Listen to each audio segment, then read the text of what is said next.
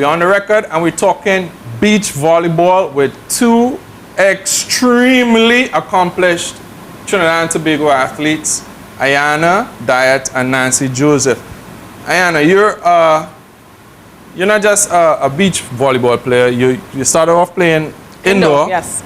And you got a scholarship. Yes. Tell me about, a lot of the opportunities you see for high school athletes, secondary school athletes.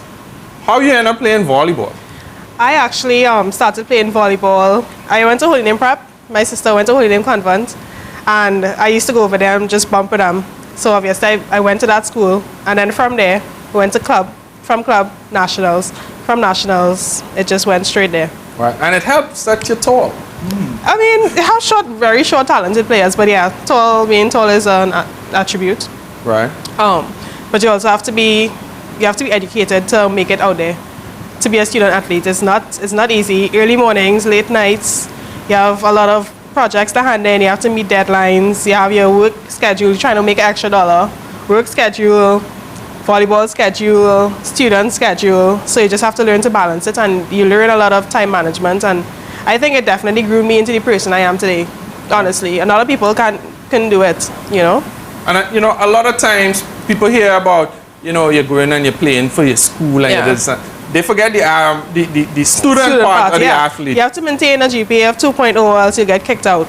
So which is not really hard. Not that hard, yeah. But you did much better than that. Yes. You can boast. Go ahead. Yes. I graduated with over a 3.0 GPA, so it was hard work. Right. So I mean, thinking about it, you're playing about what, 30 games a year? Mm-hmm. Right. A lot of that would be traveling on the bus. Traveling, right? So doing assignments on the bus with your laptop. Right, and I'm not going to say, you're not going to be flying. This is a bus. Yes, so driving from state to state. Right. So what's the main challenge when you're there? I mean, aside from balancing the time, boys trying to get up in your very short shorts. No, we had a lot of, we really had no time for boys. Clearly. Nobody had a lot of support, they came out to the games, they supported. It's like a sports, I love this sports atmosphere. I went to a sports school, we did very good in our conference, etc. I made all tournament team, a couple tournaments, So it's a really good experience, and I would wish everyone, who is interested to do it, it's an opportunity. If you can't afford to go to school, it's a good outlet. A lot of sports. Volleyball has had maybe 13 within the past 5 years going on scholarship. So, Nancy. And the thing about that, to add to what Ayana is saying, beach volleyball is probably one of the newest sports in the U.S. to actually that you could get a scholarship to go. They recently, indoor volleyball has been there a while, but beach volleyball you could actually get a scholarship to go to do beach volleyball only. Right. So young children, students, they should be encouraged. If they like this sport from young, they could actually try to get a scholarship to go straight to do beach volleyball. So and that's recent. Right. You're also an executive officer on the Volleyball Federation? Yes.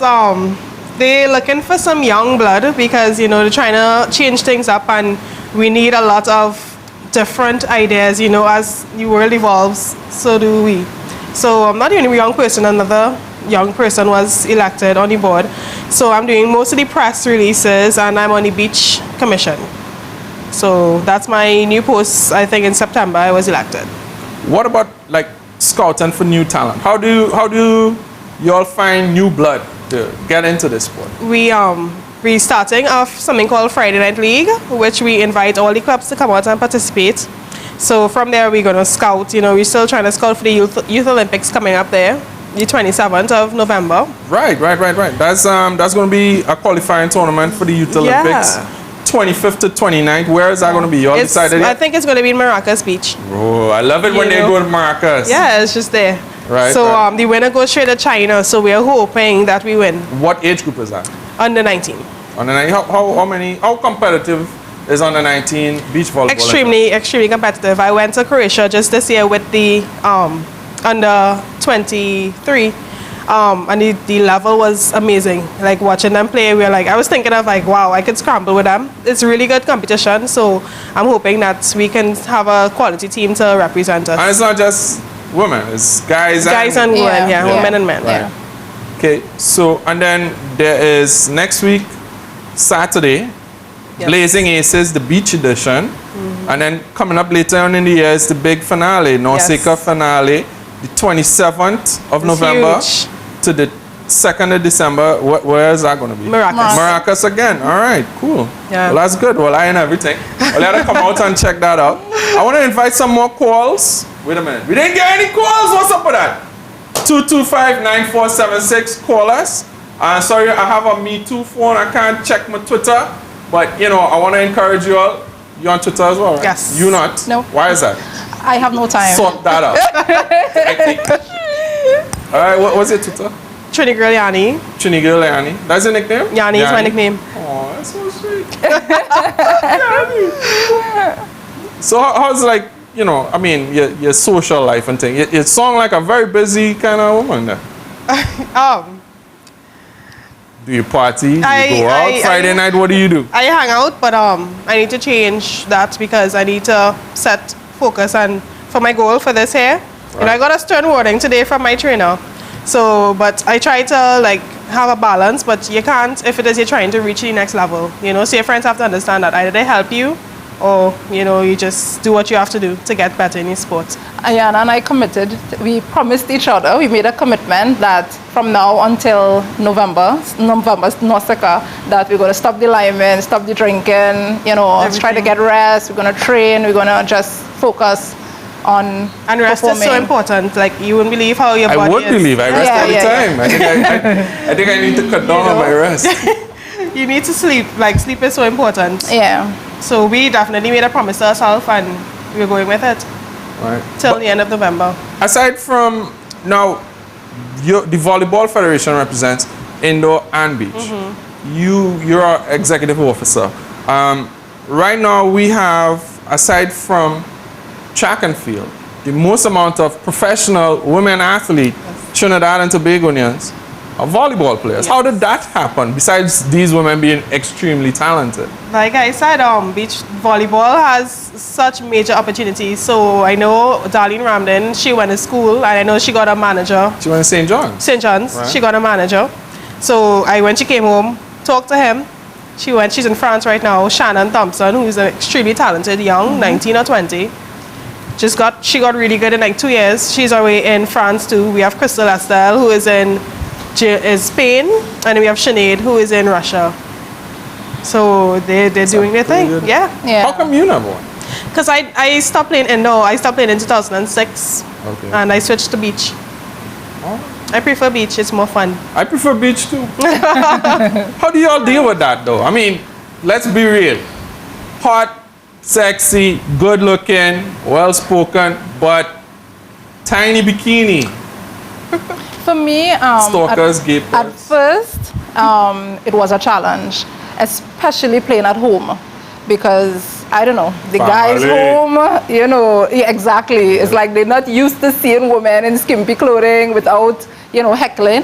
But traveling and being out there and everybody else, you know, giving it that respect and stuff, it kind of got a little more comfortable. So, you know, now it's like, okay, you're focusing on the game and not what you have on, you know. So it's more comfortable now. Yeah. But Comfortable. when you see like young kids talking about, I remember they like just before the London Olympics, they were talking about changing the rules for Yes. right because it's not just open-minded Trini people. You also have like Islamic countries. You also have Religious very people. very like Jewish countries, Orthodox, hardcore religious who you want to get on the beach. How do you see that challenge in Trinidad? Do you see a lot of people facing that issue of do you have to wear a bikini? I think so. I don't know. What do you think? I don't think it'll be a problem. You know, I think once you're comfortable, like they have the new rules. I think once you're comfortable, you wear what you're comfortable with. So like in a lot of the countries, like Mexico, for instance, it's cool this time of year. So we will train with long tights and we'll have long shirts under our shirts, you know, so we covered up from head to toe. Okay. You know, so I mean, I don't really see the big deal. I just think playing what you're comfortable in. If you're comfortable in a bikini, Yeah, I think at first You Yeah. know, the young kids, because I remember being there, you know, seeing people playing in bikinis. Like, I'll never play in that. Really? You know, yeah. Okay. It was a problem at first, but I think, because, I mean, the swimmers, and it have other athletes who, you know, they wear shorts and, Swimmers don't swim in a bikini though. well, I mean, it's, they just, Concept is the same concept. correct, and they're not, I mean, in a tracks. And now the thing is, although it's called beach volleyball, we mainly play in State Park, which is in the middle of Chaguanas, with some beach sand, right? Yes. Yeah, So I like it down there. It's really nice. man-made sand court. But I prefer Maracas. I'm just saying. Yeah, we prefer You know? it too. Yeah. Yeah. We've been you know, when you're training done, there. you could just go and take a dip, Yeah. catch a little beacon Beacon shark. shark. Yeah. Relax. Although that's not athlete food, you're not supposed to. Hey, that's like 1,500, 2,000 calories That's just okay. on one. I mean, You can eat- sometimes. That's you could- without the thing sauce. Condiments. People, y'all not calling 225-9476. Give us a holler. We on the record with Ayana and Nancy, and we're talking about beach volleyball. So we're going to take another little break and catch you right back in the next segment. Bam.